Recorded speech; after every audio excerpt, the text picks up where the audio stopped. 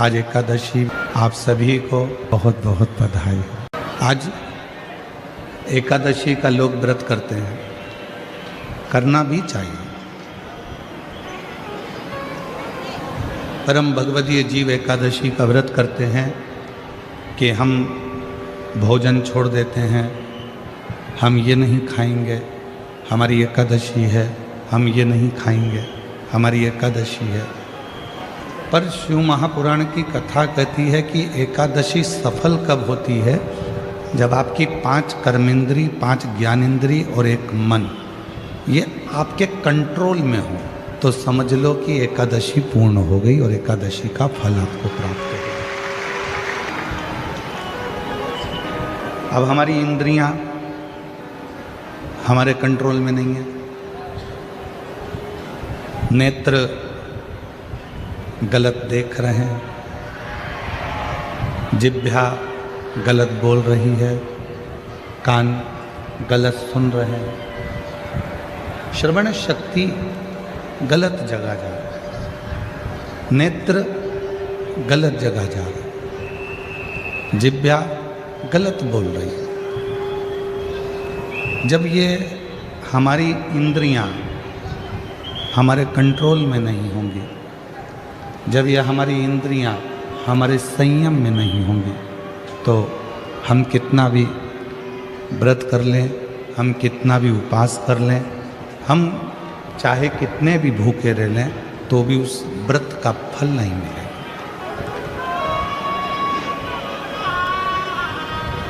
व्रत का फल कब मिलता है? जब हमारी इंद्रियां हमारे काबू में हो। कि नेत्र दिए रे तूने दाता बन के, नेत्र दिए रे तूने दाता बन के, और कभी नहीं दरस कियो, दयालु मैंने अवगुण बहुत कियो, अवगुण बहुत कियो, दयालु मैंने अवगुण बहुत कियो। और मुख तो दिया रे तूने दाता बन के, मुख तो दिया रे तूने दाता बन के, कभी नहीं भजन कियो, दयालु मैंने अवगुण बहुत कियो, कभी नहीं भजन कियो, दयालु मैंने अवगुण बहुत कियो, दयालु मैंने अवगुण बहुत कियो। ये संसार सागर में आने के बाद यदि मैंने अपनी इंद्रियों को संयमित नहीं किया, संसार सागर में आने के बाद हमने अगर अपनी इंद्रियों को काबू में नहीं किया, तो फिर ये मानव का देह बेकार है, फिर ये मानव का देह बेकार। अगर हम अपनी इंद्रियों को काबू ना कर पाए, प्रेशर खोलो, प्रेशर नहीं आ रहा, अंदर भी नहीं आ रहा, बाहर भी नहीं आ रहा, अपनी इंद्रियों को काबू करा, तो समझो कि हमने एकादशी का व्रत किया। कई लोग प्रदोष का व्रत करते हैं, हम उनसे कहते हैं कि आपने अपने कितने दोषों को समाप्त कर दिया। प्रदोष का व्रत कब सफल है? जब आप अपने दोषों को समाप्त करो। मैं गुस्सा नहीं करूँगा, गलत व्यसन नहीं करूँगा, गलत बात नहीं बोलूँगा, गलत चीज़ नहीं खाऊँगा, अपने दोषों को समाप्त करो। और जब हम अपने दोषों को समाप्त करते हैं, जब हम अपने दोषों को बिल्कुल शून्य पर लाकर छोड़ देते हैं, तो समझो कि हमारा प्रदोष का व्रत सफल हुआ। तब समझें कि हमने प्रदोष का व्रत किया। हमारे भीतर के दोष समाप्त नहीं हो रहा है, और हम सोचें कि व्रत कर लें उससे भगवान राजी हो जाएगा, नहीं हो सकता। बोल बम का नारा है सारी समस्या का हल। श्री शिवाय श्री शिवाय। अपने भीतर के दोष को जिस दिन हमने समाप्त किया उस दिन परमात्मा हमको मिले।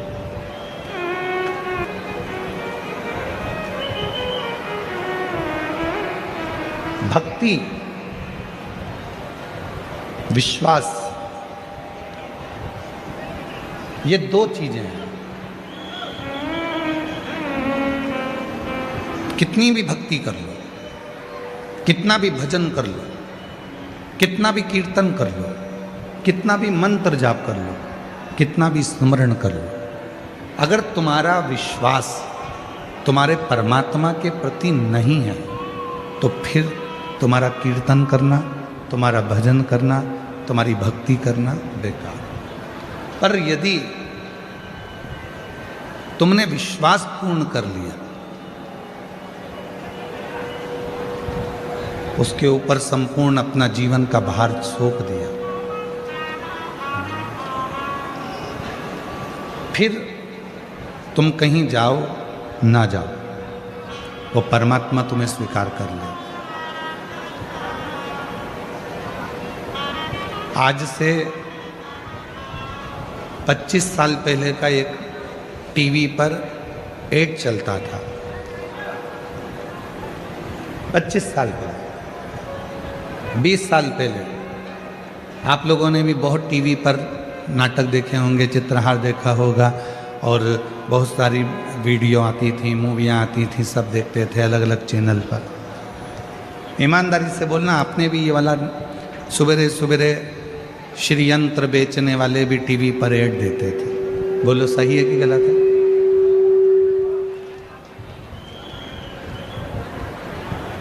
फिर कुबेर यंत्र बेचने वालों ने भी कहा कि हम इस यंत्र को बेचें। फिर हनुमान जी का यंत्र भी बेचने वाले, हम हनुमान जी का यंत्र बेचें। पहले टीवी पर बहुत सारे यंत्र बिकते थे, अलग अलग यंत्र बताए जाते थे। वास्तु शांति का यंत्र है, कुबेर का यंत्र है, लक्ष्मी का यंत्र है, ग्रह दोष निवारण यंत्र है, सारे यंत्र बिकते थे। और उसको लेने के लिए किसी दुकान पर नहीं जाना पड़ता था, आपके यहाँ ऑनलाइन वो यंत्र घर पर आ जाते थे। उसको लेने नहीं जाना है। आपने टीवी पर ऐड देखा, मोबाइल पर, फोन पर बात करी, हमको ये यंत्र चाहिए, और वो यंत्र तुम्हारे यहाँ आ जाता है।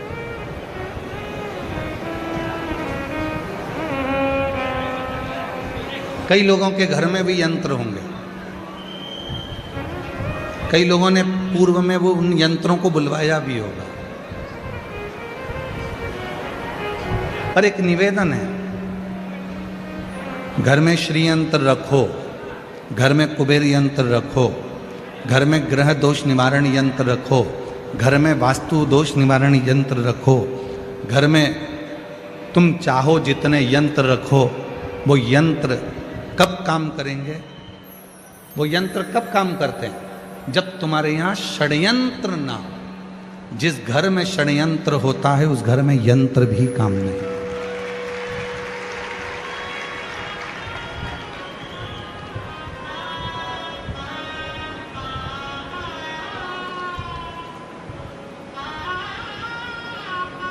इतना षड्यंत्र घर के अंदर चलता है, कोई ये भड़काएगा, कोई वो भड़काएगा, कोई कुछ कहकर जाएगा, कोई कुछ कहकर जाएगा, कोई कुछ बोल कर जाएगा। भाई भाई में षड्यंत्र चल रहा है, बहन भाई में षड्यंत्र चल रहा है, बहू सास में षड्यंत्र चल रहा है, देवरानी जेठानी में षड्यंत्र चल रहा है, पड़ोसी अड़ोसी धड़ोसी सब में षड्यंत्र चल रहा है।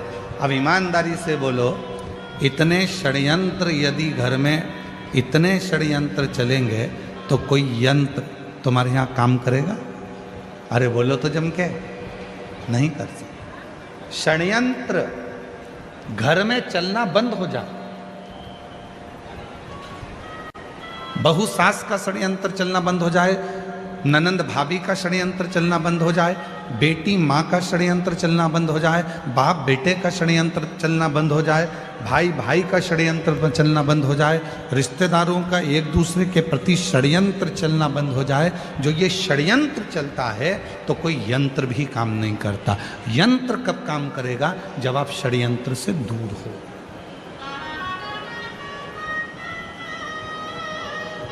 भैया टीवी पर बात करी फोन लगा के, हमारे घर में शांति नहीं है, उसका यंत्र भेज दो।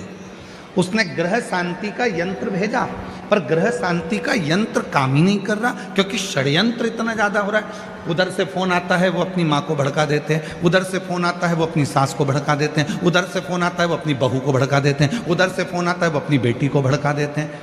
षड्यंत्र इतना चल रहा है कि ग्रह शांति यंत्र भी काम नहीं करता।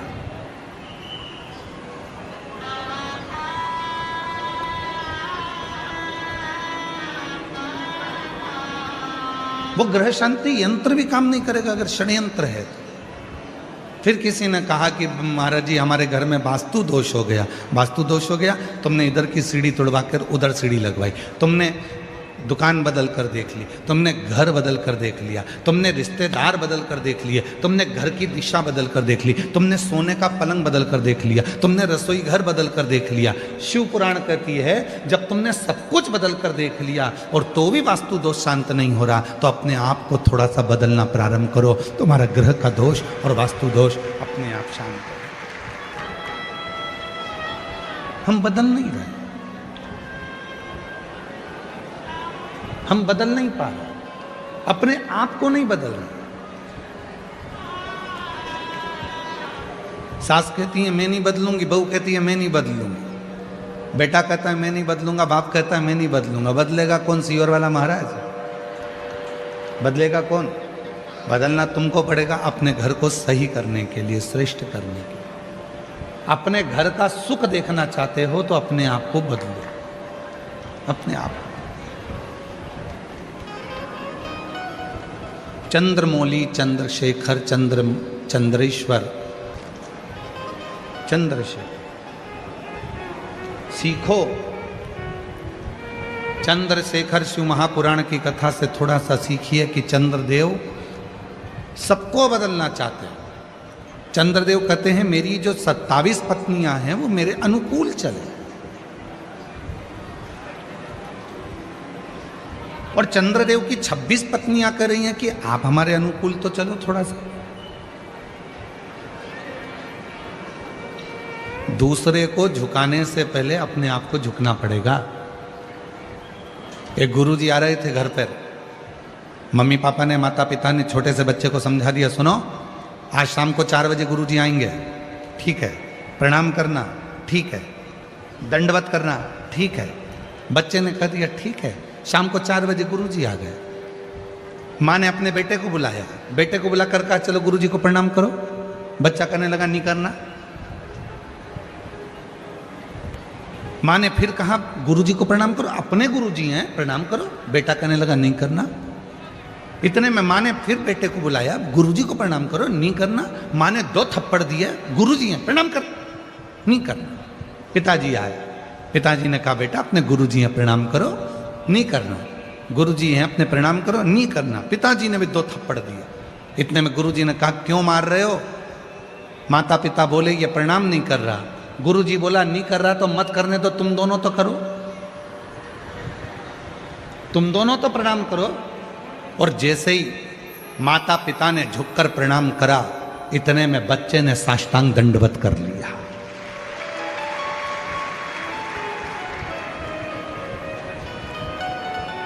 हम सुधरेंगे, युग सुधरेगा।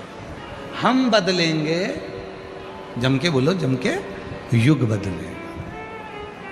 गायत्री परिवार वाले कहते हैं हम सुधरेंगे, युग सुधरेगा। हम बदलेंगे, युग बदलेगा। कब बदलेगा? जब हम बदलेंगे। कब सुधरेगा? जब हम सुधरेंगे। और हम क्या कर रहे हैं? बहू को सुधारने का प्रयास कर रहे हैं। हम क्या कर रहे हैं? सास को सुधारने का प्रयास कर रहे हैं। हम क्या कर रहे हैं? बेटे को सुधारने का प्रयास कर रहे हैं। हम क्या कर रहे हैं? बाप को सुधारने का प्रयास कर रहे हैं। हम क्या कर रहे हैं? भाई को सुधारने का प्रयास कर रहे हैं। हम क्या कर रहे हैं? बहन को सुधारने का प्रयास कर रहे हैं। सबको सुधारने का प्रयास करा, पहले अपने आप को सुधारा।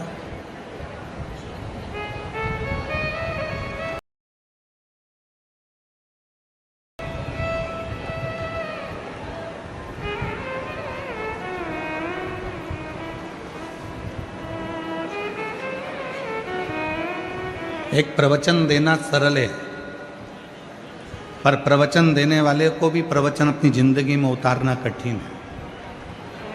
कथा कहना सरल है, पर कथाकार को कथा अपने अंदर उतारना कठिन है।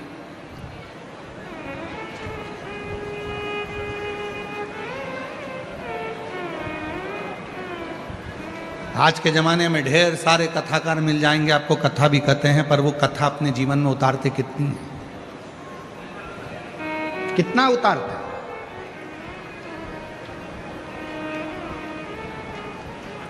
शिव पुराण का ट्रेंड चल रहा है तो शिव पुराण वाचना चालू कर दो। श्रीमद् भागवत का ट्रेंड चले तो श्रीमद् भागवत वाचना प्रारंभ कर दो। रामचरितमानस का ट्रेंड चले तो रामचरितमानस वाचना प्रारंभ कर दो। नहीं भाई, शिव पुराण, राम कथा, श्रीमद् भागवत, गीता, ये सब पुराणे, जितने भी शास्त्र हैं, शिव पुराण कहती है जो भी पुराण बाचो आप दूसरों को बाच कर सुनाओ, उससे पहले उस पुराण का आधे से ज़्यादा अंश अपनी जिंदगी में उतारो, तब शिव पुराण सुनाओ, तब श्रीमद् भागवत कथा सुनाओ, तब रामचरितमानस सुनाओ। अपने आप को सवारो थोड़ा सा।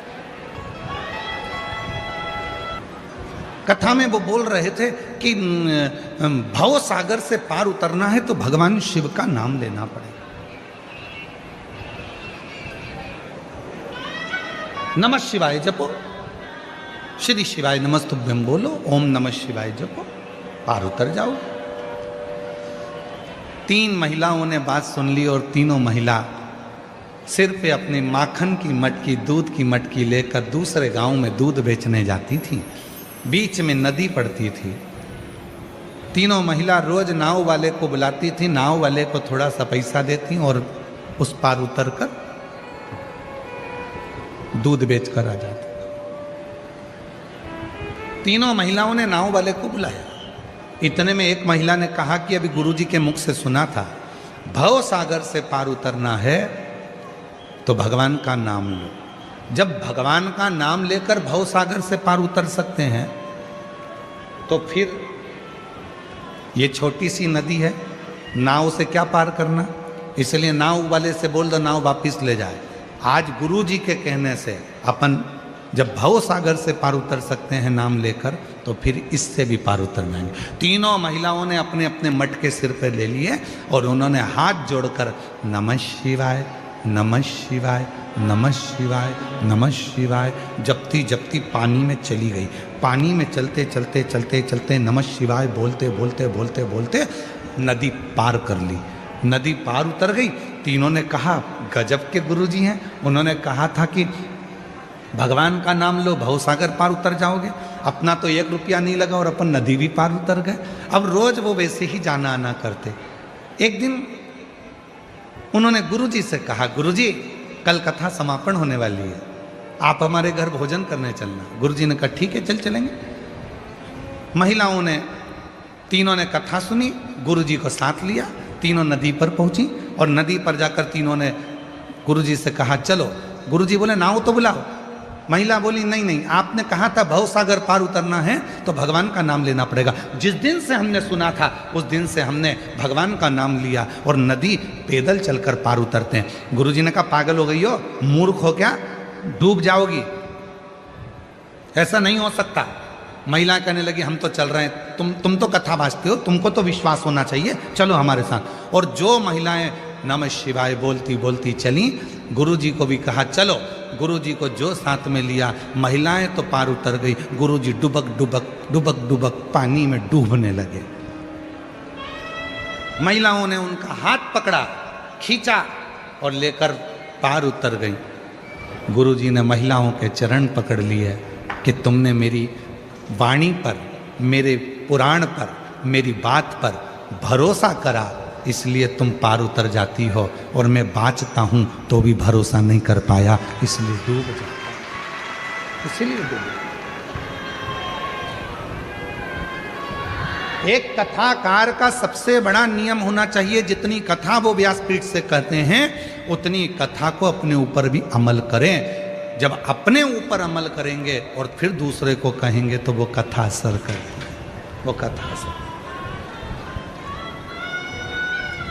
कथा कब असर करेगी? जब वो अपने ऊपर भी धारण करे, अपने ऊपर। कई लोग कहते हैं वो सीहोर वाला बाबा कथा कहता है, इतने सारे पत्र इकट्ठे होते हैं, लोग कथा सुनने आते हैं, पत्र भी लेकर आते हैं, सबकी मनोकामना पूरी हो जाती है। ऐसा क्या है शिव पुराण की कथा में? हम कहते हैं कथा वाचने से पहले अपने ऊपर अमल करो। जितनी बातें शिव महापुराण में कही जाती है इस व्यासपीठ से, उतनी हमारे ऊपर भी पूरी अमल करते हैं, तब आपको व्यासपीठ पर आकर कहते हैं, तब स्वयं अमल करो।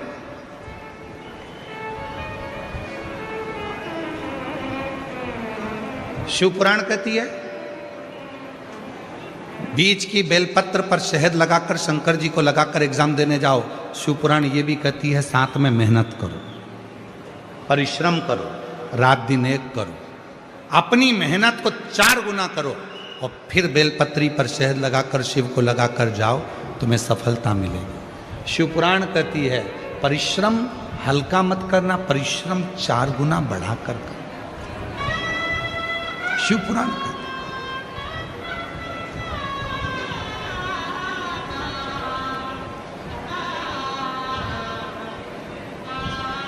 मेहनत करी आप लोगों ने यहाँ आने में, पार्किंग में गाड़ी रोक दी, सिर पर बैग रख लिया, लेकर चल दिए पैदल पैदल पैदल पैदल। परिश्रम करा आपने, मेहनत करी आपने, तो आप कथा के पंडाल तक पहुँचे हो। मेहनत नहीं करते तो यहाँ तक पहुँच नहीं पाते, घर पर रहते, अरे भैया इतनी भीड़, अरे भैया ट्रैफिक जाम, हमसे तो नहीं बनेगा, तो फिर नहीं जा पाते।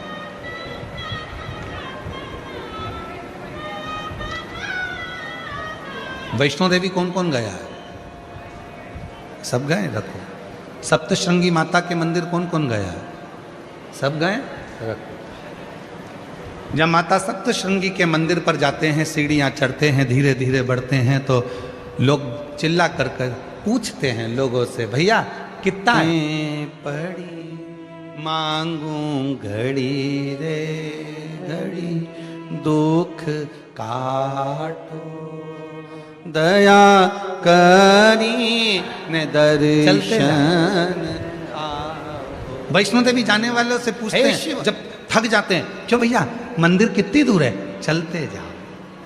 फिर पीछे से आवाज आती है, चलते जाओ मत घबराओ, चलते जाओ मत घबराओ, चलते जाओ मत घबराओ। हमारे सनातन धर्म के जितने मंदिर हैं, देवालय हैं, शिवालय हैं, माँ आदिशक्ति दुर्गा भवानी के जितने स्थान हैं, चाहे वैष्णो देवी हो, चाहे मैहर हो, चाहे सलकनपुर हो, देवास की टेकरी हो, चाहे सप्तशृंगी माता हो, चाहे विंध्याचल की माता हो, जितनी भी माता के मंदिर हैं, हम चढ़ते जाते हैं, ऊपर की ओर बढ़ते जाते हैं और कहते जाते हैं, भैया कितनी दूर है? चलते जाओ मत घबराओ, चलते जाओ मत घबराओ, चलते जाओ मत घबराओ।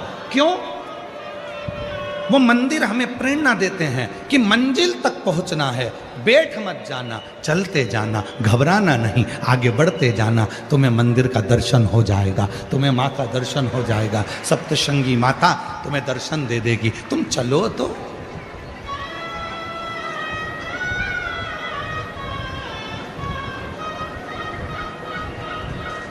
नूतन वर्ष आ रहा है,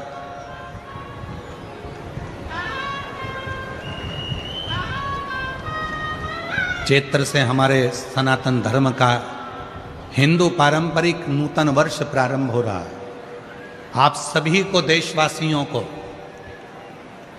हमारे नूतन संवत्सर की, नूतन वर्ष की संपूर्ण देशवासियों को बहुत बहुत बधाई, गुड़ी पड़वा।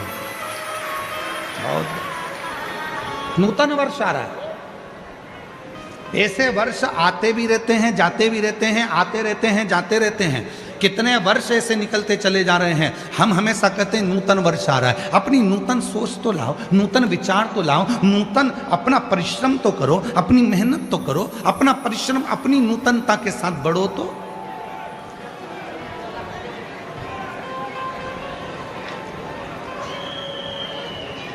चलते जाओ मत घबराओ, चलते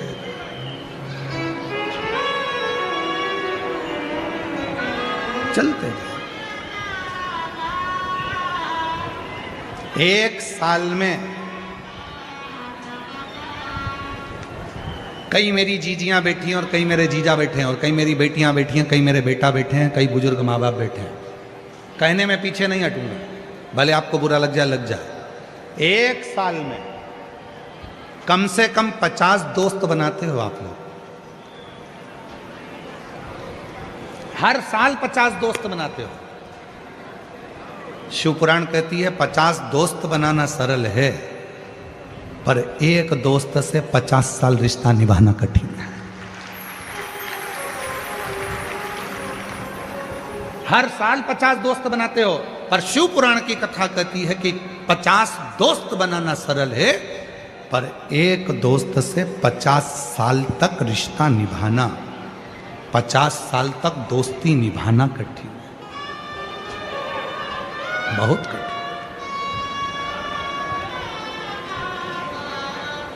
आजकल एक नया काम चालू हो गया, शादी की सालगिरह 25वीं, क्या बोलते हैं उसको, क्या बोलते हैं, सिल्वर जुबली।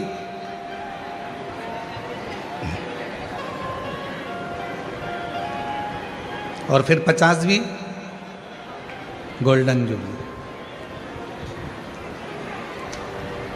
बरमाला पहना रहे हैं एक दूसरे को, घोड़ी पे चढ़ के आ रहे हैं, रिसेप्शन हो रहा है।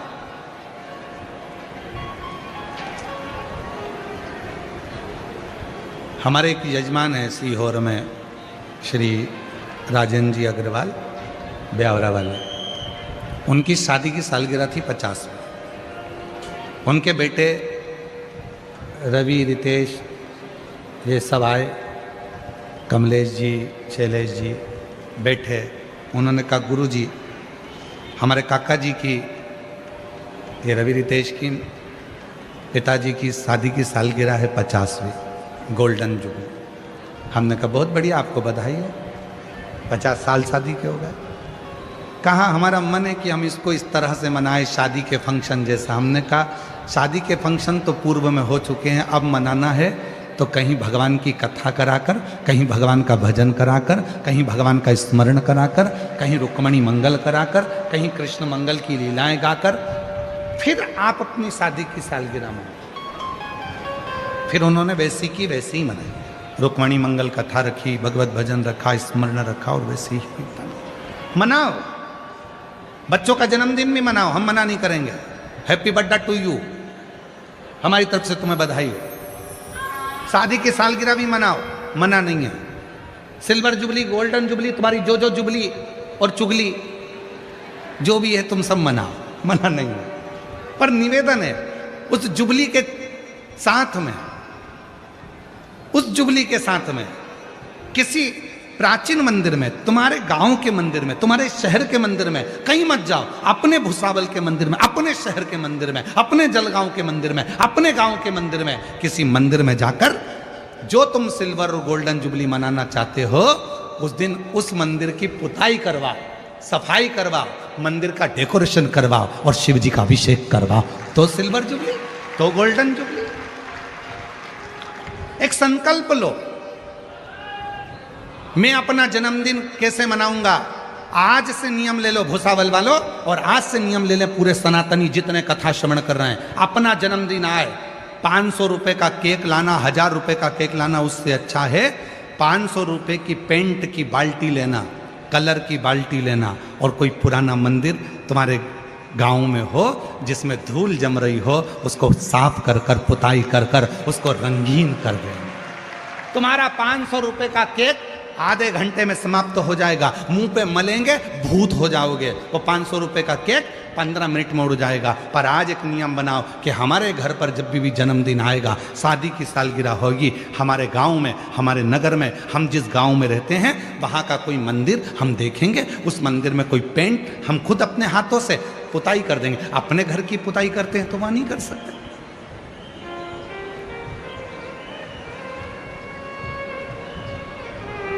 सफाई का भी एक दृष्टांत, एक कथा है बहुत अच्छी, देखो।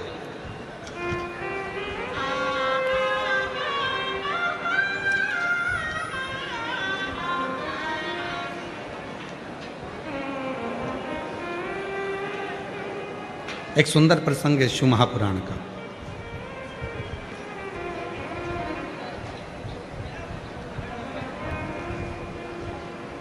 लिंग पुराण में ये वर्णन आता है, बड़े सुंदर प्रसंग को सुनिए। एक गांव में रहने वाला एक व्यक्ति था, लोग उसको प्रेम से शंभू कहते थे।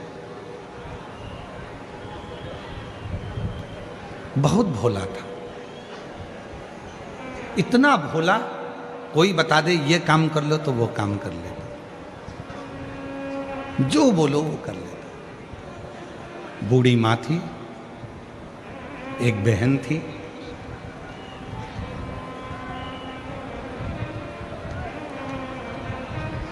माँ को वो काम पर नहीं जाने देता, बहन को वो काम पर नहीं जाने देता, खुद काम करता।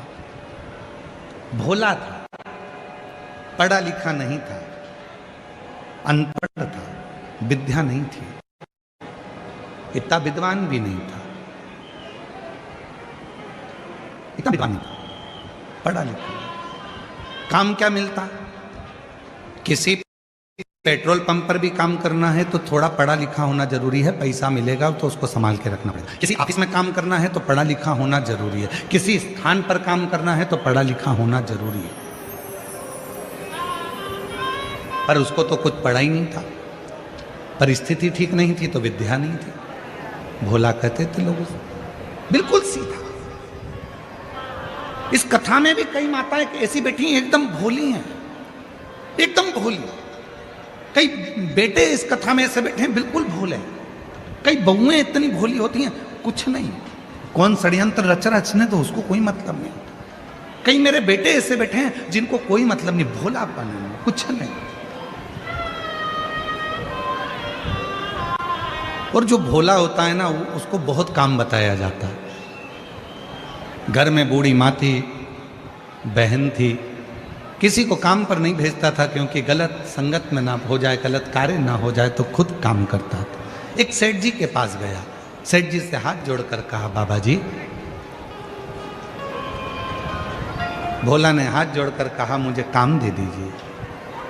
लिंग पुराण का ये सुंदर दृष्टांत है, लिंग पुराण का ये बहुत सुंदर चरित्र है, बहुत सुंदर चरित्र। बाबा जी हमको थोड़ा सा काम दे दीजिए। काम? हाँ ठीक है। पढ़े लिखे हो? नहीं। कुछ आता है? नहीं। भोजन बना लेते हो? नहीं। कुछ नहीं। नहीं बना पाते? नहीं। कुछ नहीं। तो फिर एक काम करो, तुम हमारे घर में सफाई करना है, तुम्हारे घर में पोछा झाड़ू करना, सफाई करना। ठीक है, झाड़ू पोछा कर लेंगे, सफाई कर लेंगे। और मैंने तेरे ही भरोसे बाबा, तेरे ही भरोसे हवा बिच उड़ती जागी बाबा, डोर हर तो छड़ी नामे कटी जागी।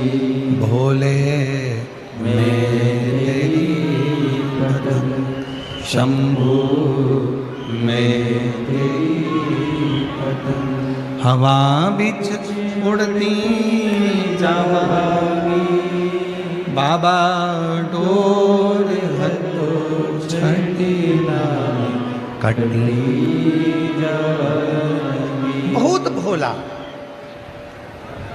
एक काम करो, तुम हमारे घर की सफाई करो, झाड़ू लगाओ, पोछा लगाओ, हम तुम्हें भोजन देंगे, लेकर तनख्वाह देंगे, लेकर। ठीक। माँ जैसा प्यार, पिता जैसी वफादारी और महादेव जैसा साथ दुनिया में कोई नहीं दे सकता। माँ जैसा प्यार, पिता जैसी वफादारी और महादेव जैसा साथ दुनिया में कोई नहीं दे सकता। झाड़ू पोछा करना, हर हर झाड़ू कर रहा है, पोछा कर रहा है। एक दिन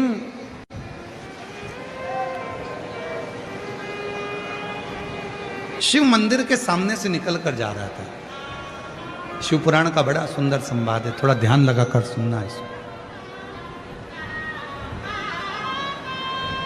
कहते हैं शिव भक्त की कथा सुनने में स्वयं शिव ही आनंद देते हैं, इसीलिए थोड़ा सावधानी से सुनना। शिव मंदिर के सामने से निकलकर जा रहा था। मंदिर में देखा बहुत कचरा है, बहुत सारी गंदगी हो रही है, लोग चढ़ाकर फूल चढ़े जाते हैं, पानी इधर उधर ढुल जाते हैं, सफाई नहीं करता।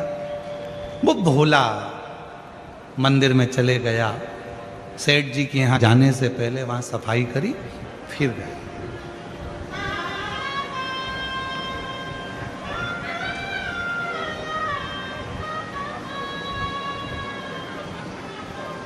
और सफाई का फल बहुत मिलता है।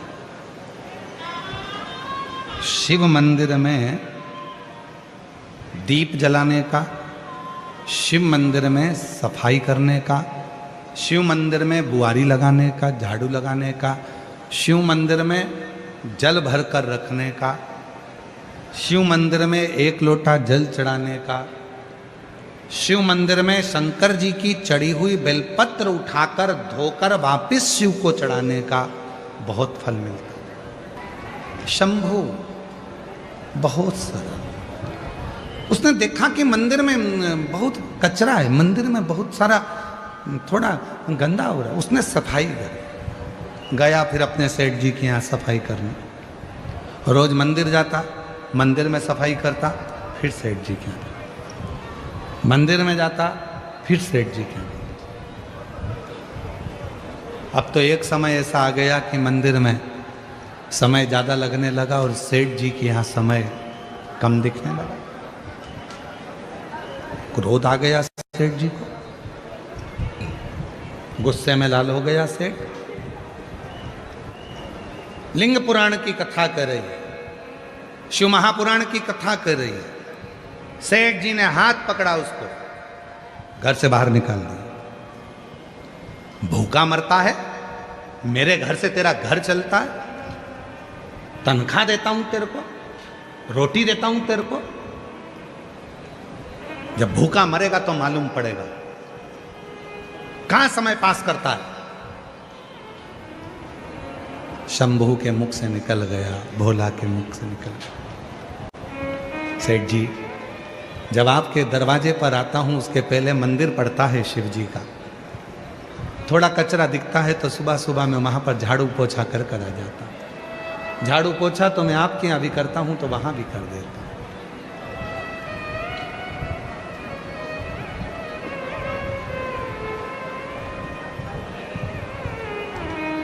सेठ जी ने कहा तनख्वाह देता है मंदिर में कोई? मंदिर में कोई तुझे रोटी देता है? नहीं सेठ जी, तनख्वाह तो आपके यहाँ से मिलती है, वहाँ तो बस फ्री में पोछा लगाकर झाड़ू लगाकर आ जाता हूँ। जब वहाँ कोई मंदिर में तनख्वाह नहीं देता, तुझे कुछ नहीं देता, तो झाड़ू पोछा क्यों करता है? कल से मंदिर गया तो यहाँ मत आ, काम पूरा कर। उसने हाथ जोड़कर कहा सेठ जी ठीक है। दूसरा दिन फिर हुआ, उसका मन नहीं माना, मंदिर में थोड़ा और जल्दी उठकर चले गए। अब सेठ जी का भी काम करता है, वहां का भी काम करता है। एक दिन सेठ जी ने देख लिया मंदिर जाना नहीं छोड़ा, चले जाता है, मक्कारी करता है मेरे यहाँ की, और सेठ जी ने धक्के मारकर निकाल दिया। शंभू भोला आज घर पर गया, भूखी थी माँ बहन। आज कुछ लाए नहीं शंभू? नहीं। भोला कुछ लाया नहीं? नहीं। क्यों? सेठ जी ने काम से निकाल दिया। क्यों? मंदिर जाता था, झाड़ू पोछा कर देता था, फिर सेठ जी के यहाँ चले जाता था। सेठ जी को अच्छा नहीं। अब क्या करेगा? भोला के मुख से निकल गया, सेठ जी के यहाँ करता था तो सेठ जी तनख्वाह देते थे, शंकर जी के यहाँ करता हूं तो शंकर जी तनख्वाह देंगे। तनख्वाह शिव देगा, तनख्वाह और कोई नहीं देगा, मेरा शिव देगा। तुम्हें लगता है कि हम किसी दुकान पर काम करते हैं तो वो हमको तनख्वाह देता होगा, पर जो भगवान शंकर के मंदिर में एक लोटा जल चढ़ाना प्रारंभ कर देता है, जो श्री शिवाय नमस्तुभ्यम बोलना प्रारंभ कर देता है, जिसके दरवाजे पर श्री शिवाय नमस्तुभ्यम लिखा होता है, उसकी तनख्वाह स्वयं महादेव देना प्रारंभ कर देते हैं।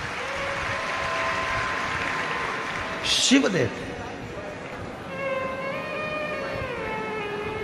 लग गया शंभू। जब से तेरा गुलाम हो गया, तब से मेरा भी नाम हो गया। जब से तेरा गुलाम हो गया, तब से मेरा भी नाम हो गया। वरना औकात क्या थी मेरी, सबसे बढ़िया है सबसे बड़ी हो भोले बाबा तेरी नौकरी, सबसे बढ़िया है सबसे तेरे दरवाजे की चाकरी, सबसे बढ़िया है सबसे। उसकी नौकरी करो। एक लोटा जल चढ़ा रहे हो, नौकरी है उसकी। शिव मंदिर में जा रहे हो, नौकरी है उसकी। झाड़ू लगा रहे हो, नौकरी है उसकी। वो हाथ में आकर पैसा नहीं देगा पर तेरी विपदा को काट देगा। वो हाथ में आकर तनख्वाह नहीं देगा पर तेरी आने वाली विपदा को, तेरे आने वाले दुख को समाप्त कर देगा। वो भले तेरे अकाउंट में पैसा नहीं देगा, याद रखना, दूसरे के यहां नौकरी कर रहे हो तो तुम्हारे बैंक का बैलेंस बढ़ रहा है, पर शिव के दरवाजे की नौकरी कर रहे हो तो तुम्हारी आनंद का बैलेंस बढ़ रहा है। आनंद का वो हाथ में नहीं देगा पर दुख की घड़ी में वो आकर खड़ा हो जाए। दुख की तकलीफ की घड़ी में वो आकर खड़ा हो जाए।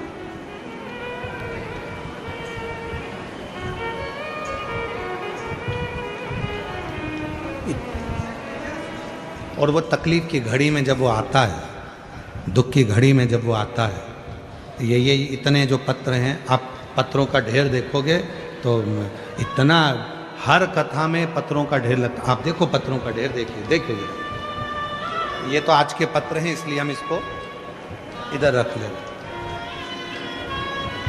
पत्र दो जरा। और बहुत सारे पत्र तो हम पढ़ ही नहीं पाते। पत्र लाइए।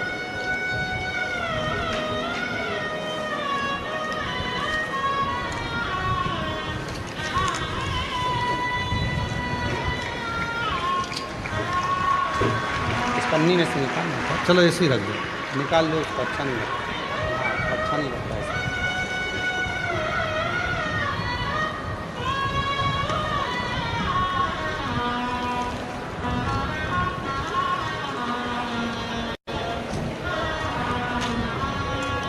तो एक जन ही खड़े पकड़ के, एक जन यहीं खड़े पकड़ के।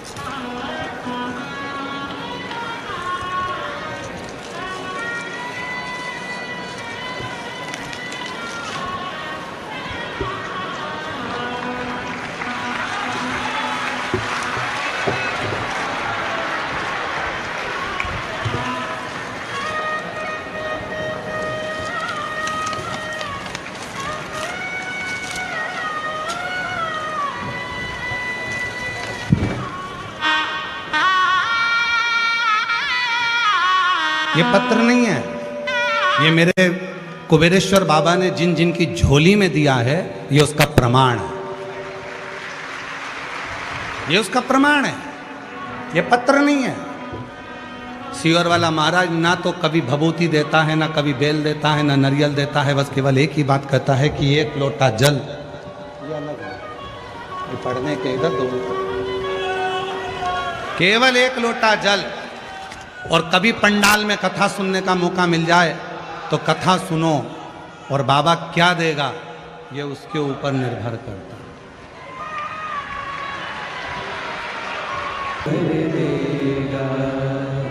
मेरा भोला भंडारी खाली झोली भर देगा। आप दिल से उससे कहकर जाना, दिल से उसको बोल कर जाना, जो कामना लेकर आए हो, धूप में बैठे हो,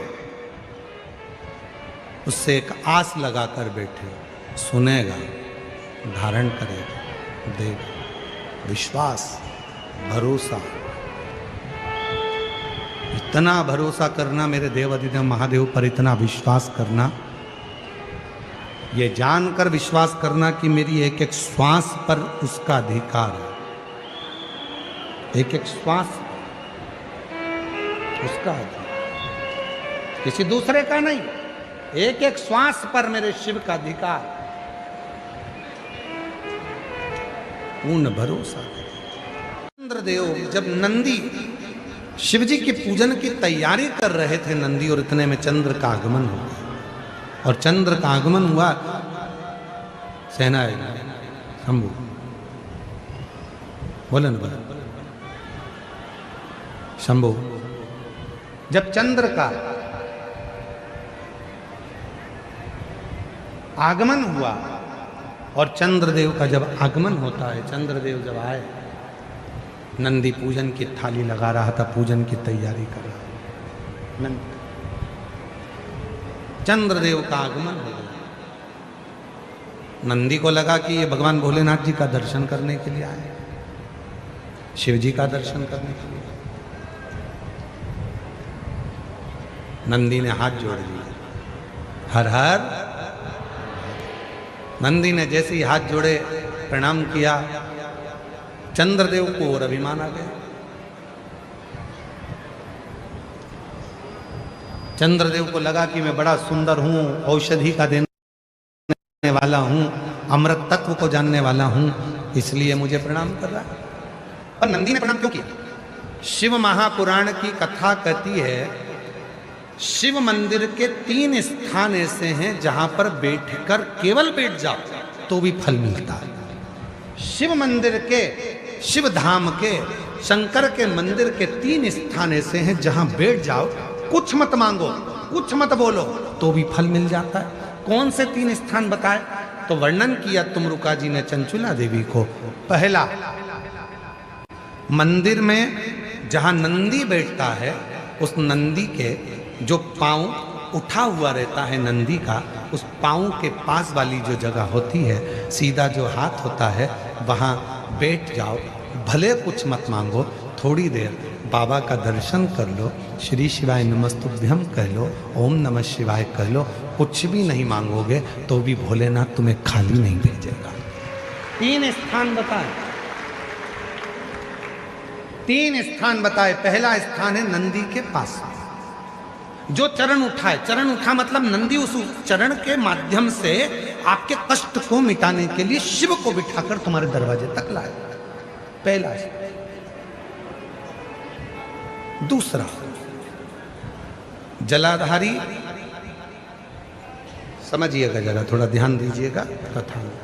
जैसे ये शिवलिंग है, ये जलाधारी है गोल, ये पानी जहां से बहकर जाता है, जहां से भी बहकर जा रहा है, आपको उससे मतलब नहीं, बस जलाधारी जो पानी बहकर जा रहा है, इस जलाधारी के ठीक विपरीत दिशा में, उत्तर में पानी बह रहा है तो दक्षिण में आप देखिए, ये जलाधारी जिस साइड बह रही है उसी ओर मुख कर कर आपको इधर बैठना है, इधर मुख कर कर शिवलिंग की ओर मुख कर कर। ये दूसरा स्थान बताया।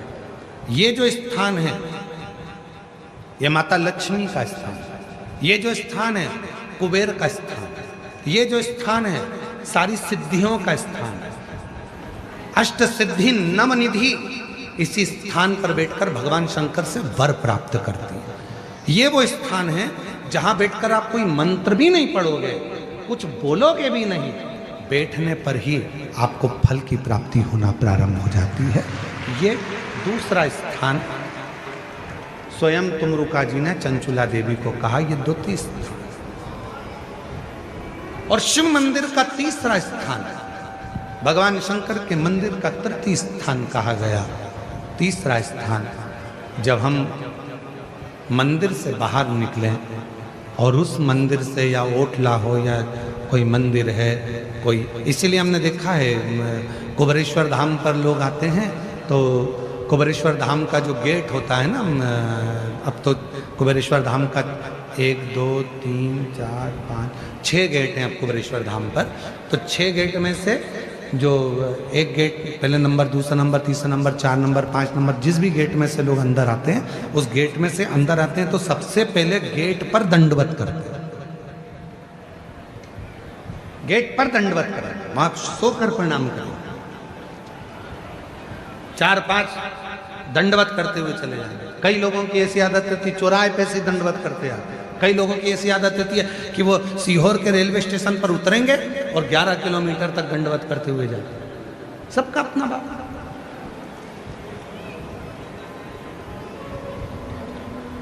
और हम आप लोगों को सुनकर खुशी होगी कि कुबेरेश्वर धाम के प्रांगण में, कुबेरेश्वर धाम के प्रांगण में 4 नंबर और 5 नंबर गेट से आप कुबेरेश्वर धाम के मंदिर के अंदर ही अपनी गाड़ी खड़ी कर सकते हैं निःशुल्क। पार्किंग का कोई पैसा आपको देना नहीं, मंदिर के अंदर ही गाड़ी जाती है।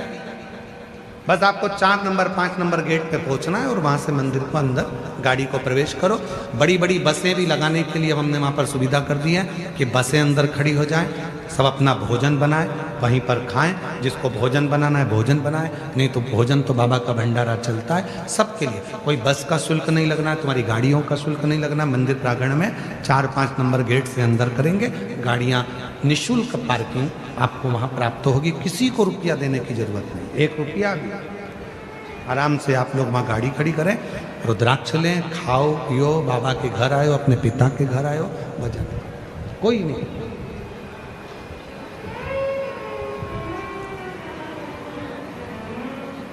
शिव तत्व तो हमने देखा है कि कई लोग दरवाजे से दंडवत करते हैं। तीसरा स्थान तुमरुका जी चंचुला देवी को बता रहे हैं कि तीसरा स्थान ऐसा है भगवान शंकर के मंदिर का द्वार।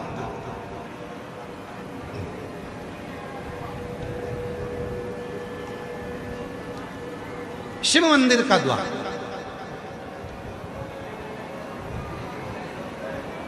और जो भगवान शंकर के मंदिर के द्वार के बाहर, द्वार से जैसे दरवाजा, दरवाजे से थोड़ा सा बाहर निकलकर यदि आप शिव मंदिर की ओर मुख कर कर आप 2 क्षण के लिए भी बैठते हैं, कोई मंत्र नहीं बोलते, कोई साधना नहीं करते, कोई व्रत नहीं करते, तो भी शिव आपको उसका फल देता जरूर है। 3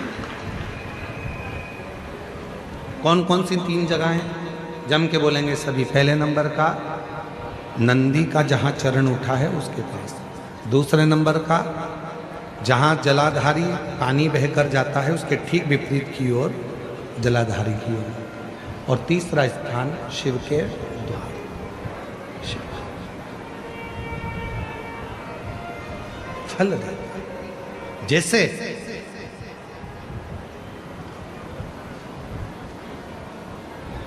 एक नारी के गर्भ में अगर कोई गांठ पड़ जाती है, चेस्ट में गांठ आ जाती है, कोई पुरुष कोई नारी को अगर शरीर में कहीं पर भी गठान हो जाती है, कहीं पर भी गांठ पड़ गई, डॉक्टर को दिखाने जा रहे हो और मन में भ्रम उत्पन्न हो रहा है कोई बीमारी ना लग गई हो, शरीर में कहीं पर भी गांठ हो जाए, कहीं पर आप प्रयास करो।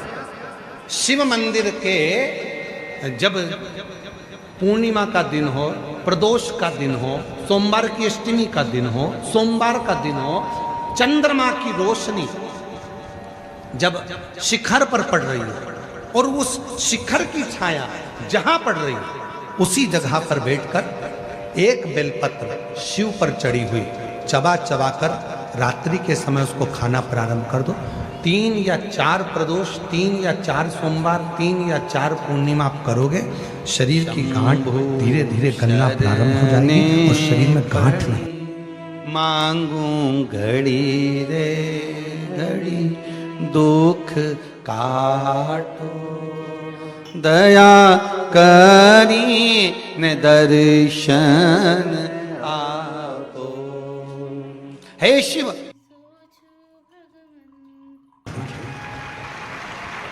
वो रोशनी और इसका प्रताप यहां वर्णन किया गया है। देखिए शिव महापुराण की कथा में स्वयं नंदी जब भगवान शंकर के पूजन की तैयारी कर रहे थे और चंद्रदेव का आगमन हुआ, चंद्र को प्रणाम किया, चंद्रदेव के अंदर अभिमान आ गया कि मुझे प्रणाम कर रहा है, नमन कर रहा है। किसी किसी को लगता है प्रणाम करो तो उसको लगता है कि मुझे प्रणाम कर रहे हैं, मुझे जगह दी गई है, मुझे स्थान दिया गया। ना, प्रणाम किया बड़े के नाते, सम्मान के नाते।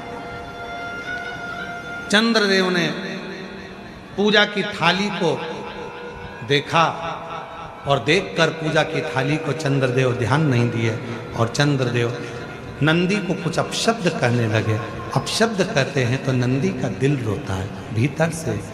शिव भक्त का हृदय यदि रोता है तो उसका दंड व्यक्ति को भोगना ही पड़ता है। अब चंद्रदेव नंदी को अपशब्द कहकर चले गए, पूजा की थाली को लांग कर चले गए। अब चंद्र की स्थिति जो गई, चंद्रदेव अपने ससुराल में गए और दक्ष प्रजापति ने चंद्र को काया का रोग दे दिया। काया का रोग, शरीर में एक ऐसा रोग लग गया काया का कि वो छूटता नहीं, छूटता।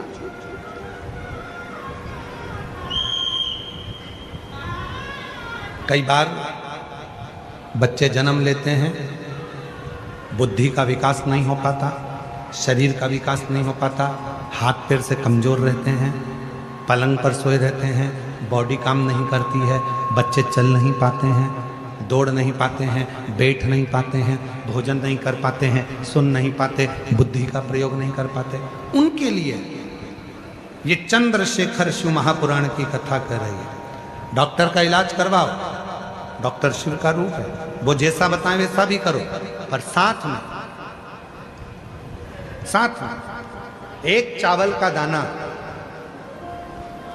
एक सफेद दुर्वा, दूबा में ही बगीचे की दुर्वा जो लगती है उस दूब में ही एक सफेद दुर्वा भी लगती है, सफेद दुर्वा, एक चावल का दाना, एक सफेद दुर्वा और एक कनेर का फूल, ये तीनों शिव जी के मंदिर में प्रदोष के समय पर चढ़ाना प्रारंभ करिए। दुर्वा लेकर आ जाओ, चाने का जो चावल का दाना है वो लेकर आ जाओ, चावल के दाने को पीस लो, चावल के दाने को पीस लो और पीस के उसमें दूध का लेपन, थोड़ा सा 2 बूंद दूध का, गाय का दूध मिल जाए तो उसका लेपन कर कर बच्चे के हृदय पर त्रिपुंड उसी चावल के दाने के दूध का लेपन करें और जो दुर्वा लेकर आए हो उसको पीस कर जो उसको भोजन देते हो उस भोजन में मिलाकर उसको खिलाइए। धीरे धीरे बच्चे का आप देखेंगे कि वो खुद उठने का प्रयास करेगा, हाथ पैर चलने का प्रयास करेगा, बुद्धि काम करना प्रारंभ करेगी और बच्चा एकाग्र चित्त का होता चले जाएगा, विवेक का। कुछ प्रदोष कर देखिए, कुछ और ध्यान रखें, प्रैक्टिकल जरूर करें। प्रैक्टिकल का जमाना है, बिना प्रैक्टिकल के काम नहीं चलता। प्रयास आपको करना है, अपने कपड़े की बटन अपने को लगाना है, अपना भोजन अपने को करना है, अपनी खांसी अपने को खांसना है, अपनी छींक अपने को छींकना है, अपना सिर दुखे तो गोली भी अपने को खाना है, तो व्यवस्था भी आपको करना है, कर्म आपको।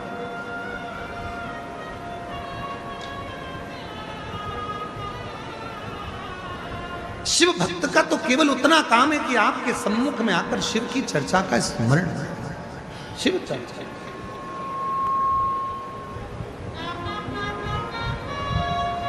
शिव कथा कर, भगवान शंकर का चरित्र कर, दक्ष प्रजापति ने श्राप दे दिया, चंद्र को काया का रोग लग गया। काया का रोग छूटे कैसे, किसके पास जाएं? देव ऋषि नारद ने कहा तुमने नंदी का अपमान किया। भगवान अपने अपमान को सहन कर लेते हैं, पर भगवान भोलेनाथ अपने भक्त के अपमान को कभी सहन नहीं कर पाते हैं, कभी नहीं। शिव अपना अपमान सहन कर लेंगे, पर भगवान भोलेनाथ अपने भक्त का अपमान सहन नहीं कर पाते। इसीलिए आपको शिव महापुराण की कथा में बार बार कहते हैं, भगवान शंकर की कथा नहीं सुनना मत सुनो, पर शंकर की कथा की निंदा मत करो। शिव जी के मंदिर नहीं जाना मत जाओ, पर शंकर की निंदा मत करो। शिव महापुराण में नहीं जाना मत जाओ, पर कोई शंकर का भक्त है, शिव का भजन करने वाला है, शंकर का स्मरण करने वाला है, कोई शिव गुरु है, कोई शंकर को ही गुरु मानकर शिव को ही गुरु के तत्व में जानते हैं, तो उस शिव गुरु की कभी निंदा मत करो, कभी निंदा मत करो। क्यों? क्योंकि शिव अपना अपमान सहन कर लेते हैं, पर अपने शिव गुरु का अपमान शिव कभी सहन नहीं कर पाते हैं, उसकी निंदा। आप तने सुनना हो तो सुनो, नहीं सुनना है तो अपना घर बना। कोई नहीं कह रहा तुमसे कि कथा में आ, निंदा मत करो, बुराई मत करो। कोई मंदिर जा रहा है तो उसकी निंदा मत करो। कई लोगों की आदत रहती है, कोई माताएं जल लेकर मंदिर जाती हैं तो उस पर ताना कस देते हैं। क्यों कसना? एक दिन जिंदगी का ऐसा आएगा कि तुम पर ताना कसा जाएगा। किसी को अपशब्द मत करो। एक उंगली जब हम किसी पर उठाते हैं तो ये 3 उंगली अपनी ओर जाती है कि तू अपने अंदर झांक कर देख कि तू कैसा है। क्यों अपमान कर, क्यों अपशब्द कर?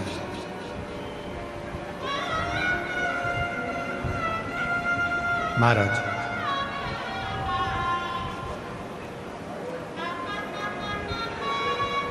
पूरी मनुष्य देह में, पूरे मानव के शरीर में केवल हमारे शब्द, हमारी वाणी 24 घंटे यात्रा करती है। मानव के शरीर में केवल हमारा शब्द, हमारी वाणी ऐसी है जो 24 घंटे यात्रा करती है। शब्द, इसलिए कहते हैं वाणी ऐसी बोलिए जो मन का आपा खोए। 4 ताले में बंद हो जाओ और 4 ताले में बंद होकर भी तुम कुछ बोलोगे तो तुम्हारे शब्द बाहर निकलकर आ ही जाएंगे और लोगों के कानों तक पहुंच जाएंगे। पति पत्नी अपने कमरे में बैठकर भी बात करेंगे तो वो बात अपनी बहू तक पहुंच ही जाएगी, बेटे तक पहुंच ही जाएगी। बहू बेटा अपने कमरे में बैठकर बात करेंगे तो वो बात सास तक पहुंच जाएगी। कोई नहीं है, कमरे की आवाज भी बाहर नहीं जाती है, कोई नहीं सुनता, फिर भी वो शब्द चलते हैं। हमारे मुख से निकले हुए शब्द यात्रा करते हैं। कथा हम यहाँ बाँच रहे हैं भुसावल में, पर यह कथा जिसने नहीं भी सुनी होगी तो भी एक ना एक दिन ये शब्द चलकर किसी के भी माध्यम से पहुँचेंगे, लोगों के कान तक पहुँच ही जाते हैं। शब्द चलते हैं, शब्द यात्रा करते हैं, वाणी यात्रा करती है, शब्द चलते हैं और ये वो यात्रा करते हैं। शब्द यात्रा, वाणी यात्रा करती है। इसलिए निवेदन है, सास से भी निवेदन है, बहू के लिए कोई भी शब्द बोलो वो बहू तक पहुंचेगा एक ना एक दिन। बहू से निवेदन है, तुम सास के लिए कितना भी मायके में जाकर बोल दो, अपनी मम्मी के सामने जाकर बोल दो, फिर भी वो शब्द एक ना एक दिन तेरी सास के सामने जरूर आएगा। वो शब्द घूमता है, आता है और तुम्हारे सामने पहुंचता है। तो क्यों बोले हम आड़ा टेढ़ा, क्यों बोले हम अपशब्द? अरे मत बुरे कर्म कर बंदे वरना पछताएगा, भगवान की आंखों से तू बच नहीं पाएगा, तू बच नहीं पाएगा। अरे ओ अज्ञानी मत करना। शब्दों को छोड़ने से पहले विचार कर। जब सीहोर में गुरु पूर्णिमा का महोत्सव होता है, साल में एक ही दिन होता है जिस दिन गुरु दीक्षा हम देते हैं, बाकी के पूरे वर्ष गुरु दीक्षा नहीं देते। एक ही दिन होता है गुरु पूर्णिमा का दिन, उसके 7 दिन पहले शिव पुराण की कथा होती है, गुरु पुराण की कथा होती है, शिव गुरु कथा चलती है। जब उसमें गुरु पूर्णिमा के समय पर शिव भक्त सीहोर पहुंचते हैं, कथा श्रवण करते हैं, तो हम उनसे एक ही बात कहते हैं, आप आए हो कथा सुनने के, पर शिव गुरु की बात अपने अंदर उतार कर लेकर जाना कि अपने अंदर की जितनी बुराइयां हैं उसको त्याग, कुछ अच्छा ग्रहण कर, कुछ अच्छा लें अपनी जिंदगी। तो कथा में आना सार्थक हुआ। चंद्रदेव को काया का रोग लगा। चंद्रदेव नारद जी के पास गए, नारद जी ने नंदी के पास भेजा। वापिस चंद्रदेव को घूमकर नंदी के पास आना पड़ा और नंदी से प्रार्थना करना पड़ी, मेरा रोग कैसे मिटेगा। नंदी ने कहा, सुन चंद्र, तूने शिव का अपमान भरी सभा में करा था, शिव ने सह लिया, पर शिव भक्त का अपमान कभी शिव सहते नहीं है, इसलिए तुझे ये रोग हुआ है, शिव की साधना कर। नंदी ने पूजन का विधान बता दिया, पूजा का विधान। कई लोग कहते हैं गुरुजी, आप कहते हो कनेर का फूल ऐसे चढ़ाना, आप कहते हो बेलपत्र ऐसे चढ़ाना, आप कहते हो दुर्वा ऐसे चढ़ाना, आप कहते हो चावल का दाना ऐसे चढ़ाना, आखिर क्यों? हम उनसे कहते हैं, देखो गोलियां डॉक्टर लिखता है पर उसको खाने का तरीका भी लिखता है। ये वाली गोली खाली पेट खाना, ये वाली गोली रात को खाना, ये दवाई गर्म पानी के साथ लेना, ये दवाई दूध के साथ लेना। डॉक्टर को मालूम है दवाई अगर वो देता तो पूरी दवाई एक साथ खिला देता, पर नहीं, उसको मालूम है ये दवाई कैसे लेना। उसी तरह वेद व्यास जी ने भी शिव महापुराण में सारा विधान लिखा है, कैसे बेलपत्र कब चढ़ाना है, दुर्वा कैसे चढ़ाना है, चावल का दाना कैसे चढ़ाना है, कैसे भगवान शंकर के मंदिर में कहाँ बैठना है, किस तरह से बैठना है, ये तरीका है, ये तरीका है। और जिस तरीके से आप जिंदगी भर खूब दवाई खा लो, आराम नहीं लगेगा, पर डॉक्टर कहेगा कि इस तरह से खाना, ये सुबह खाना, ये शाम को खाना, ये पानी से खाना, गर्म पानी से खाना, ऐसा करना, योगा करना, प्राणायाम करना, ये सब डॉक्टर बताएगा, उसके विधान से खाओगे तो वो लाभ करेगा, वो विधान लाभ करेगा। ऐसे कितनी भी लाभ जाओ, कितनी माताएं बैठी हैं, कितने भाई बैठे हैं जिनका सिर दुखता है और मेडिकल पर जाते हैं और दवाई लेकर आ जाते हैं। पेट दुखता है, मेडिकल पर जाते हैं, मेडिकल वाले से कहते हैं भैया दवाई दे दो, पेट दुख रहा है, मेडिकल वाला दवाई दे देता है और तुम खा लेते हो, वो थोड़ी देर का आराम लग जाएगा, फिर तकलीफ होगी। इसलिए मेडिकल पर जाने से पहले डॉक्टर के पास जाओ और डॉक्टर के पास जाकर कहोगे कि ये तकलीफ है, फिर डॉक्टर उसको लिखेगा। तो क्या डॉक्टर तो 3-4 दवाई लिख देता है, मेडिकल वाला एक ही दवाई देता है। डॉक्टर 3-4 दवाई क्यों लिखता है? क्योंकि एक दवाई देगा, उसको मालूम है एसिडिटी होगी, तो उसके साथ दूसरी दवाई भी देगा, एसिडिटी को दबाने के लिए फिर तीसरी दवाई देगा। 3 दवाई इसलिए डॉक्टर ने दी कि वो दवाई लेगा तो साइड इफेक्ट नहीं होगा। पर मेडिकल वाले हो सकता है कि तुमको दवाई दे दें, थोड़ी देर के लिए आराम भी लग जाए और बाद में फिर तबीयत खराब हो जाए। डॉक्टर को दिखाकर फिर मेडिकल पर जाए, फिर मेडिकल पर दवाई लो, फिर खाओ, वो असर करेगा। चंद्रदेव ने काया के रोग से मुक्त होने के लिए शिव की साधना करी, तब जाकर चंद्र के काया का रोग समाप्त हुआ। मदनासुर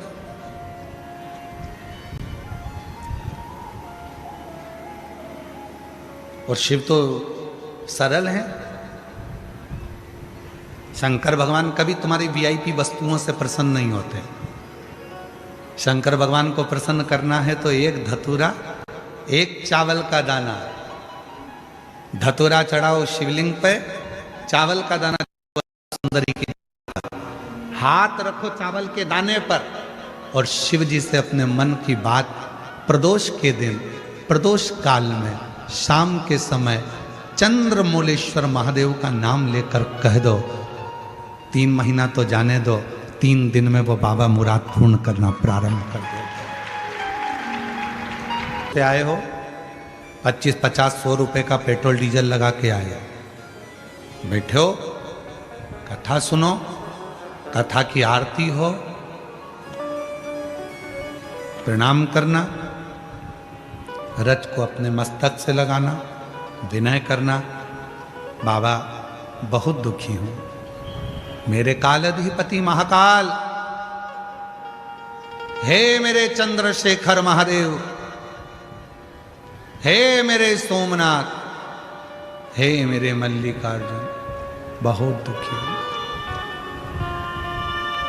मैंने सुना है तेरे दरबार में आया कभी कोई खाली ना गया। मेरे महाकाल, दुनिया के दुख को हरने वाले मेरे दुखड़े को भी दूर कर दे। मुझे तेरी कृपा की दृष्टि कर दे। कृपा की दृष्टि, कृपा की दृष्टि।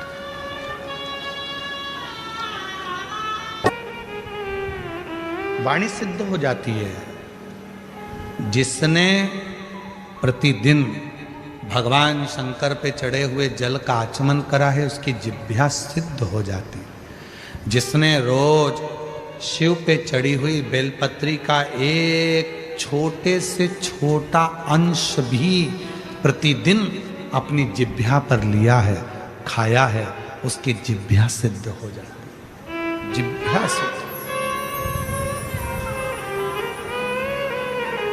क्यों गुरुजी, इसका कोई प्रमाण मिलता है क्या कि जिसने बेलपत्री खाई हो और उसकी जिह्वा सिद्ध हो गई? जिसने शिव जी का जल पिया हो और उसकी जिह्वा सिद्ध हो गई हो?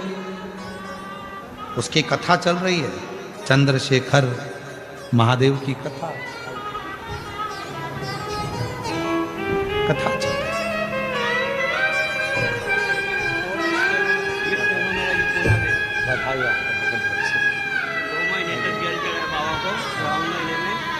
शिव पर चढ़े हुए जल पीने से जिह्वा सिद्ध हो जाती है।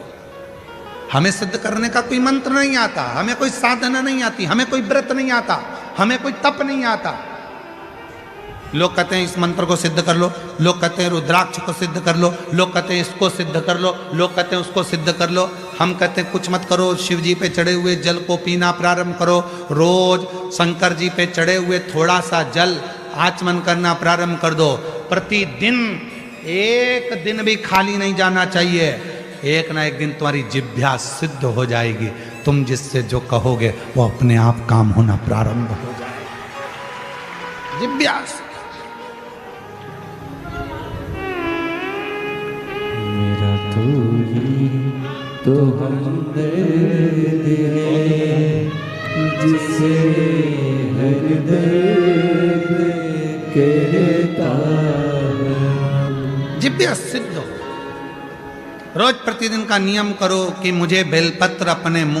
एक अंश मतलब जरा सा, जरूरी नहीं कि पूरा पत्ता खाओगे। हम तो कहते हैं कि बिल्कुल एक छोटी सी बिंदी होती है ना, उस बिंदी के बराबर भी जरा सी बेलपत्र भी अगर शंकर की चढ़ी हुई तुम्हारे मुख में जा रही है, समझ लेना तुम्हारी जिह्वा एक दिन इतनी सिद्ध हो जाएगी कि तुम किसी को कुछ कहोगे और वो बात पक्की हो जाएगी, उसकी सिद्धता।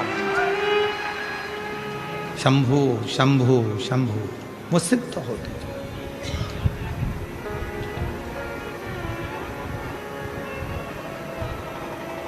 सिद्ध कर, और वो सिद्धता इससे नहीं मिलेगी, आपका मंत्र स्मरण, मंत्र स्मरण, मंत्र स्मरण।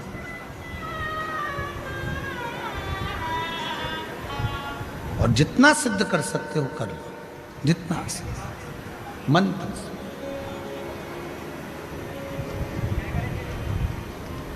मदनासुर सतयुग का एक ऐसा असुर था। मदनासुर एक ऐसा असुर,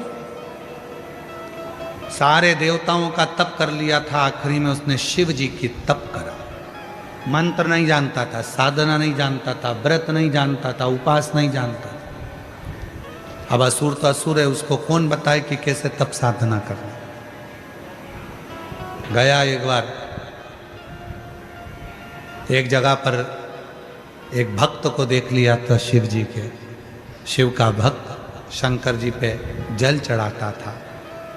मदनासुर ने जल चढ़ाते देखा,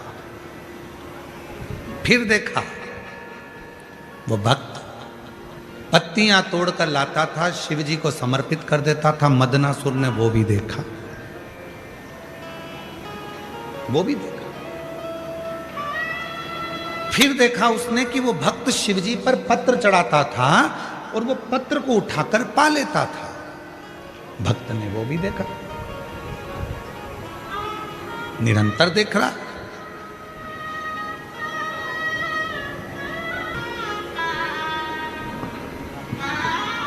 बधाई आपको, बहुत बच्चे भाषा से रामा जी का पाठ करती हूँ और हमारे एरंडा में आपकी कृपा से, मेरे राम की कृपा से छोटे से मंदिर। मदनासुर ने देखा कि जल चढ़ता है, पत्र चढ़ता है, पत्र को कोई उठा लाता है, खा लेता है। मदनासुर ने सोचा मुझे मंत्र नहीं आता, तप नहीं आता, साधना नहीं आती, व्रत नहीं आता, तो मैं भी एक काम करता हूँ, शिव जी को पेड़ की पत्तियां चढ़ाऊंगा, खाऊंगा। वो ये नहीं जानता था कि कौन सी पत्ती चढ़ती है, कौन सा पत्र शिव जी को चढ़ना चाहिए, ये उसको नहीं मालूम। उसने तो देखा कि बेलपत्र, यार उसको बेलपत्र से मतलब नहीं था, उसको तो पत्र से मतलब था। कोई आता, पत्र चढ़ाता और वो खाता। वो जान नहीं पाया।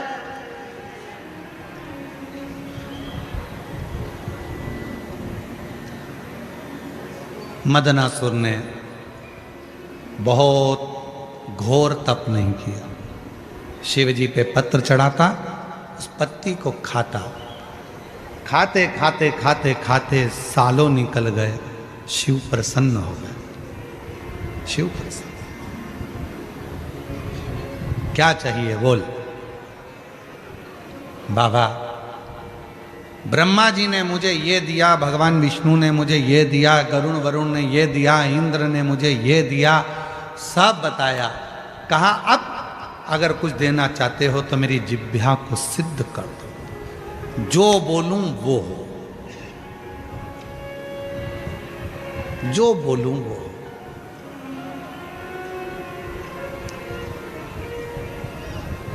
शिव जी तो शिव जी थे। रोज बेलपत्र खाने वाले की जिह्वा शिव सिद्ध कर देते हैं। रोज शिवलिंग पे चढ़े हुए जल पीने वाले की जिह्वा शिव सिद्ध कर देते हैं। और रोज जो अपने मुख से श्री शिवाय नमस्तुभ्यम कहता है, उसकी जिह्वा और मुख शिव सिद्ध कर देते हैं। शिव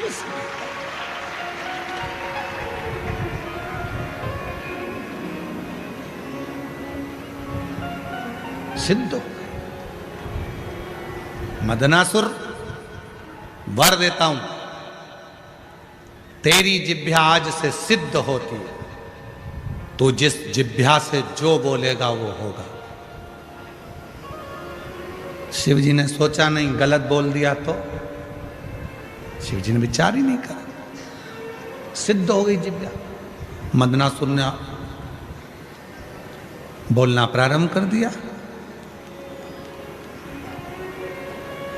संत यज्ञ कर रहे थे, मदनासुर ने बोल दिया यज्ञ में पानी गिरना प्रारंभ हो जाए।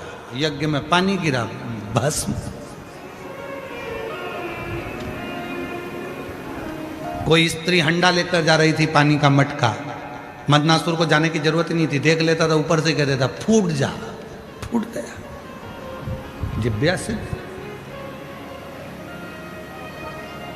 अच्छा हुआ वो तो भुसावल वालों की जिह्वा सिद्ध नहीं हुई। ये किसी को गड़बड़ नहीं करते यार।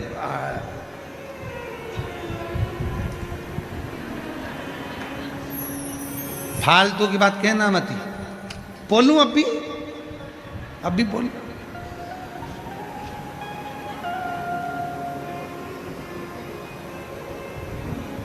जिह्वा सिद्ध हो। मना नहीं है, आप शंकर जी को जल चढ़ाते हो, शिव जी का जल पीते हो, शंकर जी पे चढ़ी हुई बेलपत्र खाते हो, भले थोड़ी सी खाओ, पर सिद्ध हो जाती है ना, तो किसी का बुरा नहीं करना, भला करो, अच्छा करो। भगवान भोलेनाथ जी से कहकर जाना इस पंडाल में, बाबा 4 व्हीलर गाड़ी दिलाना, अगली बार जहां कथा हो तो मेरे मोहल्ले की माताओं को उस गाड़ी में बिठाकर कथा सुनाने के लिए ले। 4 व्हीलर गाड़ी भी हमारी हो। और बाबा ऐसी कृपा करना, पड़ोसन से पेट्रोल और डीजल का पैसा भी नहीं लूं, डीजल पेट्रोल भी हमारा खुद का हो।